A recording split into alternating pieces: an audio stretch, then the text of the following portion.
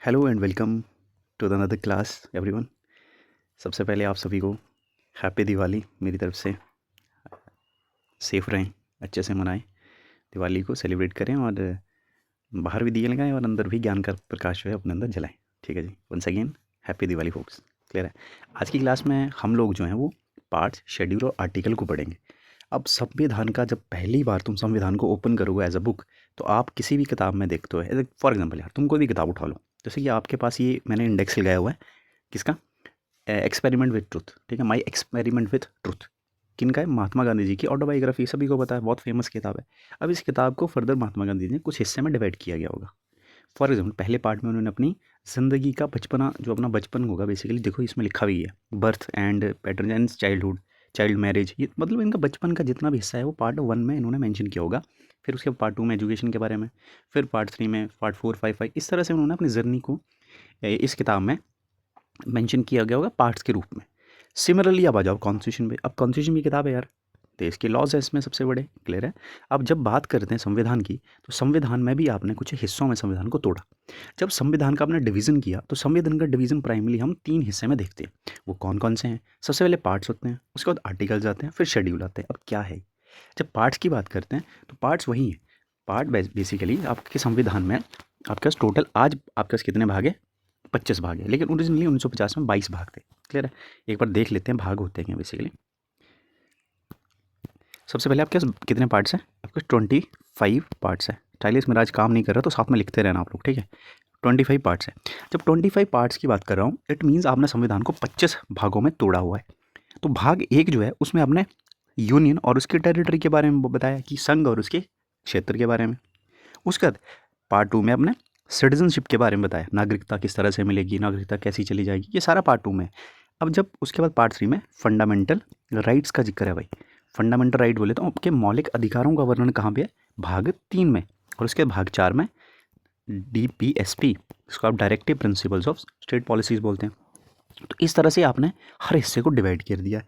अब इसको ना ओरिजिनल देखते हैं हम लोग। तो चलो ये तो हो गए पार्ट्स, ठीक है। उसके बाद पार्ट्स के अलावा क्या है? आर्टिकल्स। आर्टिकल्स देखो यार, इन्हीं पार्ट्स को एलेबोरेट किया फर्दर। आर्टिकल बोले तो जैसे यूनियन एंड टेरिटरी आपका भाग 1 है, तो भाग 1 में सबसे पहला आर्टिकल भी होगा। अब भाग 1 में ना 1 से 4 आर्टिकल है, ये फर्दर डिवीजन है आपका, कि आपने और क्लियर करके बता दिया कि अच्छा देखो यार, ऐसा होता ना कि कोई पूछे आपका गाँव कौन सा है, तो आप बोलते हो कि मेरा गाँव ना ये वाला है, ठीक है। कोई आपसे उसके बाद गाँव में घर पूछ ले, ठीक है, या फिर ये उल्टा हो गया थोड़ा, कोई आपसे पूछे कि आप कहाँ से हो, तो बेसिकली आप अपनी ज़िले का नाम बता दो, ठीक है। उसका वो और प्रिसाइज पूछे कि और ज़िले में कहाँ से भाई, तो आप क्या हो सकता है, तहसील का नाम बता दो, या कोई फेमस आपकी हो सकता है आपकी पंचायत का नाम बता दो, ठीक है। और प्रिसाइज पूछना है, तो इट मीन्स वो प्रिसाइज जैसे जैसे होते जाओगे तो आप और डिटेल करते जाओगे। तो इसीलिए इसमें यूनियन और टेरिटरी का तो जिक्र है, लेकिन यूनियन टेरिटरी में फर्दर आर्टिकल्स है भाई। आर्टिकल बोलते हैं अनुच्छेद।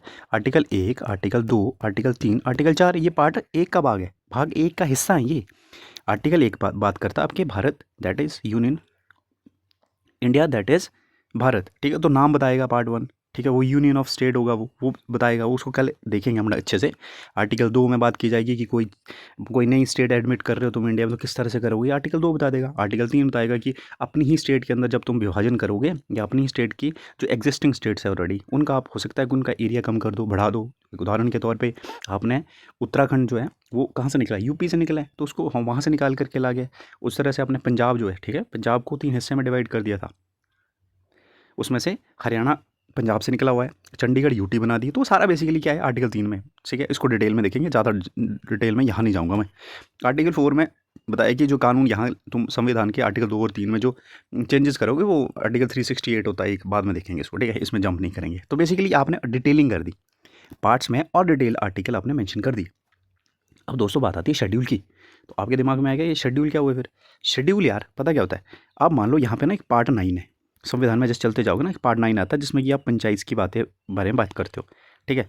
इसको मिटा रहा हूँ मैं, जैसे कि फॉर एग्जांपल शेड्यूल को समझने के लिए पार्ट 9 को समझो। पार्ट 9 में आपके पास आपने पंचायत का जिक्र किया है कि आपके यहाँ पे पंचायत होगा, लोकल सेल्फ गवर्नमेंट पंचायत जिसको बोलते हैं, वो होगी पार्ट 9 भाग 9 में। क्लियर है। उसके लिए आर्टिकल भी होंगे कुछ, ठीक है, ये तो हमने समझ लिया, आर्टिकल 243। अब यार इसको ना फर्दर आपने क्या किया, पंचायतों को और एलेबोरेट करने से, मतलब अब यहाँ पे अगर पार्ट्स में रखते तो आपका संविधान ऑलरेडी बहुत बल्कि है। उसको और कितना बल्कि कर दोगे। तो आपने क्या किया, जो चीज़ें रिपीट हो रही थी या जो जिन चीज़ों को ज़्यादा डिटेलिंग की आवश्यकता ज़रूरत थी, उनको आपने कहाँ पे डाला, उनको शेड्यूल में डाला। और शेड्यूल आपने कहाँ डाली, संविधान के बिल्कुल एंड में जा करके। आप समझे। तो शेड्यूल आपके संविधान में कुछ लिखी हुई चीज़ों का विस्तृत जो आपका विवरण है वो आपको शेड्यूल में मिलेगा। जैसे कि पंचायत, तो पंचायत के लिए आपने शेड्यूल पार्ट तो 9 डाला, वहाँ पे भी लिखा होगा। उसी के साथ साथ आपने उसकी डिटेलिंग के लिए शेड्यूल डाला, और schedule is your 11th schedule भाई। जो 11वां शेड्यूल है उसमें अपने 29 सब्जेक्ट दिए हैं किसको, पंचायत को। अब ये 29 सब्जेक्ट क्या होंगे, कैसे लॉज बनाएंगे, कौन कौन से लॉ एरिया इनके अधीन आएंगे, उसका जिक्र यहाँ पे किया गया है। उसी तरह से आपका एक अनुसूची आती है 7वीं अनुसूची में आपने फेडरल का जिक्र किया है, उसको डिटेलिंग में देखिए। अब समझ गए तुम कि पार्ट्स का मतलब क्या होता है, आर्टिकल का मतलब क्या होता है, शेड्यूल का मतलब क्या होता है। आपका संविधान जिस टाइम बना था दोस्तों, उस समय आपके संविधान के पास मात्र 22 पार्ट थे, ठीक है। और आज वो देखो तो आज आपके पास पार्ट्स कितने, आपके आज के पास 25 पार्ट हैं, तो पहले कितने थे, 22 पार्ट हैं। क्लियर है। तो आपने अपने संविधान में चेंजेस किए। इट मीन्स आपका संविधान एक लिविंग डॉक्यूमेंट है ना, जिंदा डॉक्यूमेंट है ना। आप भी जिंदा हो तो कुछ अच्छाइयाँ होंगी, ठीक है, कुछ बुराइयाँ होंगी। बुराइयों को हटाने की कोशिश करोगे, अच्छाइयों को और अच्छे से अपनाओगे। क्लियर है। तो इसी तरह से आपके संविधान में भी कुछ चीज़ें होंगी जिनकी ज़रूरत उस समय थी तो रख ली, आज नहीं है तो हटा दी। तो आपका संविधान एक लिविंग डॉक्यूमेंट की तरह काम भी करता है। Next we have schedules. What is schedule, schedule तुमको बता दिए कि आपकी डिटेलिंग की बेसिकली है ना, उसको बाहर रखा गया हुआ है, संविधान के एंड में है। अब शेड्यूल जो है उस समय थे 8 जब संविधान डाला, आज कितने 12। और आज की क्लास में तुमको मैं ये शेड्यूल की जानकारी अच्छे से दूंगा कि कौन से शेड्यूल में क्या है, किस शेड्यूल में क्या है, ठीक है, इसको हम देखेंगे।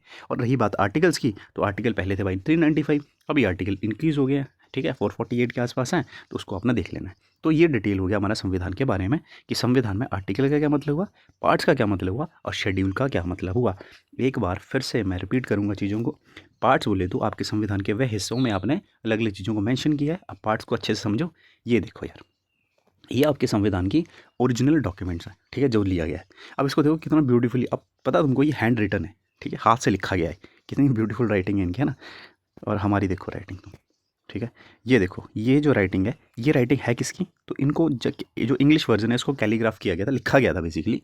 ये हैंड रिटन है और ये लिखा गया था प्रेम, लिख लो, प्रेम बिहारी नारायण रायज़ादा। एक ही इंसान का नाम है शायद, है ना, रायज़ादा, हाँ एक ही होगा हैंड राइटिंग, ठीक है। प्रेम बिहारी नारायण रायज़ादा, तो एक ही इंसान है, प्रेम बिहारी नारायण रायज़ादा साहब। इन्होंने क्या किया था, इन्होंने आपके संविधान की कैलीग्राफी की है, आपके संविधान को हैंड रिटन लिखा गया इंग्लिश वाला वर्जन। और ये लिखा गया तो देखो फॉन्ट के साइड इटैलिक फॉन्ट है, ठीक है, पूछ लिया सकता है, तो ये याद रखना है। हैंड रिटन लिखा गया प्रेम बिहारी नारायण रायज़ादा जी द्वारा इटैलिक फॉन्ट में। क्लियर है। अब इसमें देखो उसका डिज़ाइन भी दिख रहा होगा आपको, ये जैसे कि ये हम्सी बनी हुई है, इंडस वैली सिविलाइजेशन का ये बुल, ठीक है जी। और देखो ये डिज़ाइन, खूबसूरत डिज़ाइनिंग की हुई है आउट इसकी बॉर्डर्स पे। ये देखो राम भगवान सीता माता और लक्ष्मण जी की ये ब्यूटीफुली डिज़ाइन किया गया है इसको। ये पार्ट है, देखो ये फंडामेंटल राइट में तीसरे पार्ट में दिया गया है। तो ये देखो ब्यूटीफुली कितना सुंदर जो है इन्होंने बनाया गया। क्लियर है। अब देखो जो लिखा गया है वो तो प्रेम बिहारी ये हम थोड़ा एक्स्ट्रा इन्फॉर्मेशन लिख रहे हैं, ठीक है। तो ये हो सके तो याद कर लेना, लिखा किसने, प्रेम बिहारी नारायण दादा। और ये ब्यूटीफाई किसने किया, ये डिज़ाइन किसने बनाया हुआ साइड में, ये बनाया आपके पास शांति निकेतन के आर्टिस्ट थे, ठीक है। शांति निकेतन जो है उनके आर्टिस्ट थे, उनका नाम था नंदलाल बोस, ठीक है, नंदलाल बोस। तो याद रखना कि कैलीग्राफी जो है वो प्रेम जी ने की और नंद जी ने क्या किया, इसको डिज़ाइन कर दिया बाद में, बस। तो ठीक है, तो ये तुम याद कर लेना। अब ये पार्ट्स हैं सारे, देख लो, ये ओरिजिनल कॉपी है। डीपीएसपी देखो किस तरह से दिख रहा है आपकी, ये क्या है, ये आपके पास है ऑफिशियल लैंग्वेजेस, ठीक है, उसमें महात्मा गांधी जी को लगाया गया है। डीपीएसपी में किन को लगाया गया, ये डीपीएसपी में ये है रथ है, उसके ऊपर कृष्ण भगवान और अर्जुन जी को वो डिपिक्ट किया, अपना कुरुक्षेत्र का वॉर है शायद, है ना, उसको दिया गया जब वो गीता बताते हैं उनको। और ये सुभाष चंद्र बोस जी जो मिसलेनियस पार्ट को वो रिप्रेजेंट किया। पार्ट्स को इन डिटेल देखेंगे, पर एक बार तुमने गो थ्रू कर लेना, ठीक है। इसको पार्ट्स को ही पढ़ने जा रहे हैं, अगली क्लासों में पार्ट्स ही पढ़ेंगे। पहले कल से साइड पहला पार्ट में करवाना स्टार्ट कर दूँ। शेड्यूल, हाँ ये इंपॉर्टेंट है, इसको आज कर लेंगे। शेड्यूल की मैंने तुमको बात बता दी कि पार्ट्स में जो एक्स्ट्रा इन्फॉर्मेशन है उसको हमने यहाँ पे लिख दिया। क्लियर है। अब पार्ट्स की बात करें तो ओरिजिनली कितने पार्ट्स हैं आप लोगों के पास, ओरिजिनली आप लोगों के पास कितने पार्ट्स हैं, ओरिजिनली लिखूँगा, चलो यहीं पे लिख लो यार। ओरिजिनली आपके पास थे शेड्यूल थे, सॉरी 8। क्लियर है। अब शेड्यूल की जब बात की जाएगी तो शेड्यूल में आपका पहला शेड्यूल है वो बोलता है, प्रथम अनुसूची पहला शेड्यूल बोलता है आपका यूनियन और उसकी केंद्र शासित प्रदेश, क्षेत्रीय प्रदेश मतलब राज्य और उसकी union and territory and their territorial jurisdiction. ठीक है, तो आपका इंडिया होगा, इंडिया में कहाँ की स्टेट कैसी होंगी, यूटीज़ क्या होंगी, ये सारे का जिक्र कहाँ पे, फर्स्ट शेड्यूल में। दूसरा शेड्यूल बोलता है एमोल्यूमेंट्स है अलाउंसेस के बारे में, प्रिविलेज मिलेंगे मतलब वेतन भत्तों की बात करेगा। ठीक है, जैसे कि विभिन्न संवैधानिक पद जो हैं आपके पास, राष्ट्रपति है, राज्यपाल है, उच्च न्यायपाल है, सारे इनके जो है भत्ते और विशेष अधिकार वेतन वगैरह कैसे दिया जाएगा। देखो यार, ये देखो अब अनुच्छेद देखो कितने सारे हैं इसमें। ठीक है, तो इन सारों को एक जगह यहाँ पे रख दिया क्योंकि कॉमन सा ना, ये कॉमन डिटेल है, इसको बार बार रिपीट ना हो, इसी शेड्यूल बनाया और शेड्यूल में एक साथ रख दिया कि अच्छा राष्ट्रपति के भत्तों के बारे में ना, और साथ में राज्यपाल हैं, न्यायाधीश हैं हमारे, उन सबके एक ही जगह रख देंगे भत्तों की जानकारी, ताकि अपेंडिक्स निकाला, ये सॉरी शेड्यूल निकाला और इसे देख लिया करके। थर्ड में क्या बात कर रहे हैं, थर्ड में कर रहे हैं हम सब ओथ के बारे में। ठीक है, अभी भूल जाओ तुमको मैं रटवा दूंगा ये। ठीक है, इसके बाद ट्रिक्स है उसको लगा कर रट्टे मार लेंगे इसको। उसका क्या तीसरा बोल रहा है शपथ के बारे में, मतलब ओथ लोगे तुम, तो तीसरी अनुसूची ओथ की बात करती है। चौथी अनुसूची राज्यसभा की सीटों के आवंटन की बात करती है। पांचवी अनुसूची बात करती है आपके अनुसूचित क्षेत्र और अनुसूचित जनजातियों का प्रशासन किस तरह से होगा, इसकी बात करते हैं। छठा शेड्यूल जो अभी भी न्यूज़ में, इसमें छठे शेड्यूल में ना एक ट्रिक है, बाद में देखेंगे चलो। छठा शेड्यूल एटीएम में मनी नहीं है, ऐसा कुछ ट्रिक है। असम है इसमें, मेघालय, त्रिपुरा और मिजोरम में 4 राज्यों की जनजातीय क्षेत्रों को किस तरह से गवर्न किया जाएगा उसके बारे में यहाँ पे जिक्र है। एडमिनिस्ट्रेशन किस तरह से रहेगा ट्राइबल रीजन का। ठीक है, उसके बाद 7वीं अनुसूची बात करती है आपके फेडरल की, उसकी फेडरल लिस्ट है बेसिकली ना, सारे आपने क्या किया, अपने पावरों का विभाजन किया यहाँ पे 7वीं अनुसूची में। और उसके 8वीं अनुसूची में ऑफिशियल लैंग्वेज की बात की गई है। 9वीं अनुसूची में पहला संशोधन से लाई गई, लैंड रिफॉर्म को रखा गया है। 10वीं अनुसूची में आपने क्या किया, अपने एंटी डिफेक्शन लॉ को लाया। 11वीं अनुसूची में आप लोग पंचायतों को रखा है, और 12वीं अनुसूची में आपने किसको रखा है, 12वीं अनुसूची में म्यूनसिपैलिटीज़ को रखा है। क्लियर है, अब देखो एक एक करके रट्टे मारो इनको। ये फेमस ट्रिक है, ट्रिक का नाम है tears of old PM. Clear है, अब 1 2 3 4 इसको लिख लेना, 5 6 7 8 9 10 11 और 12। पहली क्या बात कर रही थी, T for tears, T for territory and states. दूसरे में एमोल्यूमेंट्स थे। ए से अफर्मेशन एंड ओथ्स, आर से राज्यसभा एंड की सीट के एलोकेशन, एस से शेड्यूल ट्राइब शेड्यूल एरियाज, और ओ से अदर ट्राइबल एरिया। ये अदर ट्राइबल एरिया था छठे शेड्यूल में, और छठा शेड्यूल आजकल न्यूज़ में, पता ना तुमको, सोनम वांगचुक के प्रोटेस्ट के कारण लद्दाख जो है छठे शेड्यूल की 6 शेड्यूल की मांग कर रहा है। तो आपको याद रखना छठे शेड्यूल में कुछ आपने ट्राइबल रीजन जो है कहाँ का, असम, त्रिपुरा, मेघालय और मिज़ोरम। ठीक है, ये 4 राज्यों को यहाँ पे छठे शेड्यूल में रखा हुआ है। तो एक याद कर लेना, इसमें ट्रिक है कि वह एटीएम जिसमें मनी नहीं है, क्या नहीं है, मनी नहीं है। क्योंकि देखो एमएम से 3 नाम है, कौन कौन से, नॉर्थ ईस्ट की, बेसिकली नॉर्थ ईस्ट की स्टेट है, ये याद रखना। असम है, त्रिपुरा है, मेघालय है, मिज़ोरम है, लेकिन मनी नहीं है इसमें, मणिपुर नहीं है इसमें। ठीक है, मणिपुर के अलावा जो बच गए 2 एमएम से वो है। ठीक है, अरुणाचल प्रदेश, सॉरी देखो अरुणाचल नहीं है, ये असम है। ठीक है, ये भी हो सकता है कन्फ्यूज़ रहे हैं तुम यहाँ पे, जैसे मैं हो रहा हूँ। असम, त्रिपुरा, मेघालय, मिज़ोरम, ये 4 आते हैं किसमें, छठे शेड्यूल में, और लद्दाख भी इसमें डिमांड कर रहा है कि उसको यहाँ डाला जाए। क्लियर है, अब उसका आता है फेडरल लिस्ट। फेडरल लिस्ट का मतलब ये हुआ कि आपके लोगों के, आपके सेंटर और स्टेट के जो लॉ बनाने के मैटर्स हैं, ठीक है जी, जो उनके कार्य करने के अधिकार क्षेत्र हैं, उनको आपने विभाजित किया। जैसे कि एग्जांपल देंगे तो ज़्यादा अच्छे से समझ आएगा। फॉर एग्जांपल सेंटर जो है वो डिफेंस में कानून बनाता है। अब आप लोगों ने जब अग्निवीर, बेसिकली आप लोग ना जब भर्ती दोगे, तो आप डिफेंस में भर्ती दोगे तो उसको सेंटर कमेटी ऑर्गेनाइज करेगी, या फिर सेंट्रल गवर्नमेंट ने आर्मी में एक चेंजेस लाया और उसको कहा गया अग्निवीर स्कीम। तो अग्निवीर स्कीम के ऊपर या डिफेंस के ऊपर, आर्मी के ऊपर लॉ बनाने का अधिकार किसके पास है, सेंटर के पास। सिमिलर वैसे ही अगर स्टेट की बात करें तो पुलिस के अंदर जो पुलिस है, ठीक है, पुलिस आती है आपकी, police and law and order बोलते हैं बेसिकली, तो वो कहाँ पे आएगा, वो स्टेट का लिस्ट है, स्टेट के अंदर आएगा। तो मतलब पुलिस के ऊपर कानून बनाने का अधिकार किसके पास, स्टेट के पास है। इसलिए जब आपने पुलिस की भर्ती देनी तो आप किसी स्टेट की भर्ती दोगे। क्लियर है, हिमाचल, हरियाणा, पंजाब, ठीक है, तमिलनाडु, केरला, ठीक है जी, गुजरात, आंध्र प्रदेश, ठीक है, इस तरह के जो स्टेट्स हैं आप वहाँ की भर्ती दोगे। लेकिन उसके बाद आता है कंकरेंट लिस्ट। कंकरेंट लिस्ट जो है बेसिकली इसमें कुछ ऐसे सब्जेक्ट लिखे गए हैं जिन पे अधिकार दोनों बना सकते हैं। फॉर एग्जांपल आप में से कुछ लोग अपनी स्टेट के बोर्ड्स में पढ़े होंगे, ठीक है, एजुकेशन आपके कुछ लोग स्टेट के बोर्ड में पढ़े होंगे, कुछ लोगों ने सीबीएसई से पढ़ाई की हुई होगी, ठीक है। उसी के साथ साथ हेल्थ पे भी दोनों कानून बना सकते हैं। आप लोग आप लोगों ने, कुछ लोग आपके आसपास देखते होंगे तो आपके कुछ स्टेट के मेडिकल कॉलेज होंगे, कुछ लोगों ने एम्स में भी, ठीक है क्या, वो तो AIIMS centre, state medical college आपके स्टेट के अधीन। तो ये सारा बेसिकली आपने हेल्थ को भी एजुकेशन को भी कंकरेंट में रखा, जिसमें दोनों कानून बना सकेंगे। स्टेट में सिर्फ स्टेट का अधिकार है कि वो कानून बनाए, कंकरेंट में सिर्फ, सॉरी सेंट्रल लिस्ट में सिर्फ सेंटर का अधिकार है कि वो इसमें कानून बना सके, और इसी को बोलते हैं आप फेडरल लिस्ट, फेडरल स्ट्रक्चर, ताकि आपका मजबूत हो सके। क्लियर है जी। तो ये कौन सा था, 1 2 3 4 5 6 7। उसके बाद आती है 8वीं अनुसूची। 8वीं अनुसूची में बात की जाती है ऑफिशियल लैंग्वेज की। तो 8वीं अनुसूची इंपॉर्टेंट है पेपर के पॉइंट ऑफ व्यू से। 8वीं अनुसूची बात करती है ऑफिशियल लैंग्वेज की।